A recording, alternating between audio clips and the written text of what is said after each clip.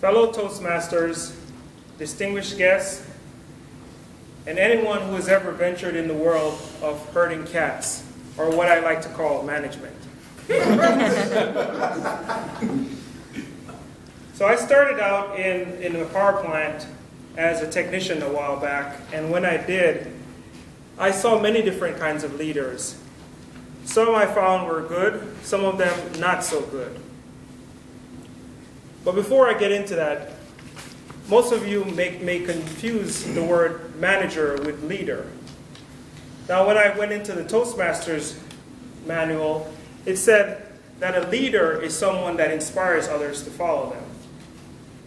Versus a leader, I apologize, it's the other way around.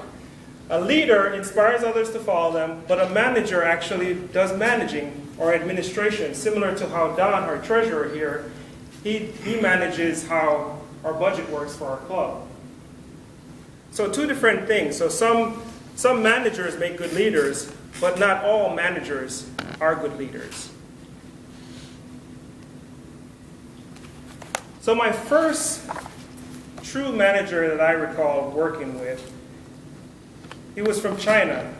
And he had been from China about 40 years, very strong work ethic. Not very supportive. He believed in you need to figure out what you're doing and learn what you're doing on your own. And I'm here playing solitaire on my computer. Just leave me alone, get to work. So he would give you your job, you go out, you figure it out. Whatever you need to do, ask people what the problem was. At the time, I was a technician, and part of my job was troubleshooting. So I had to go around and do literally an investigation to find out why the power plant that I was working in was not working. Whenever I had a problem, and I won't use his name, even though I'm speaking of him in a pleasant way, whenever I decided to go to my supervisor and say, so I've been fighting this problem for 4 hours and I cannot resolve it. I need your help. And you get the, really? Need my help? Yeah, I need your help. Oh boy, all right.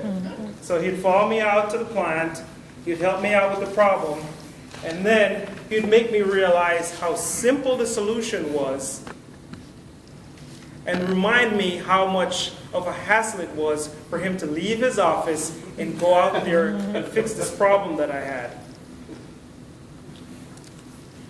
Like I said, he was my good supervisor. I had a bad supervisor, or actually he was a bad manager, and he was the opposite.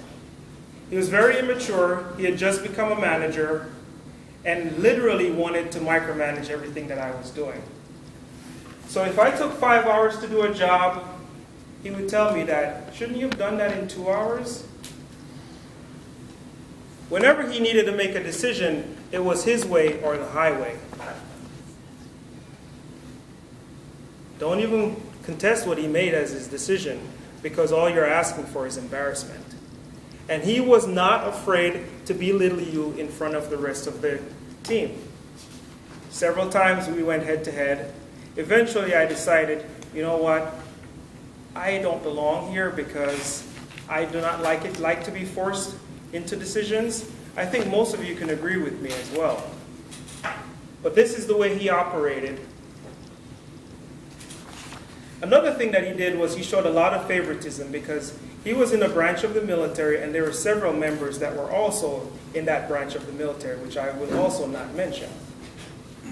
And if you belonged in that, if you were a veteran of that military branch, you were his friends. He would basically invite you whenever he needed to make a decision, and then you'd go forward, not realizing that the other 75% of the team either was not in that branch of the military or not in the military at all. Fortunately for me, though, I used both of these leaders to make a final decision that I did want to go and herd cats. Alexander, you wonder why I did that? Yes, I do.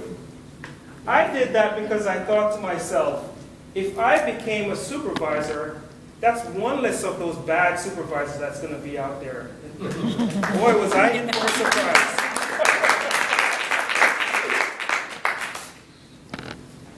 I wasn't that good.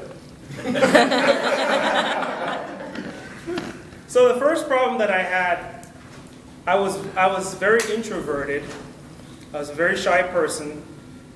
So one of my first things that I remember, first lessons I learned was I would go into work, and when I go into work, there's a front way to go into work where I go through the shop where all my workers were, and there's a back way to go in that leads me right into my office.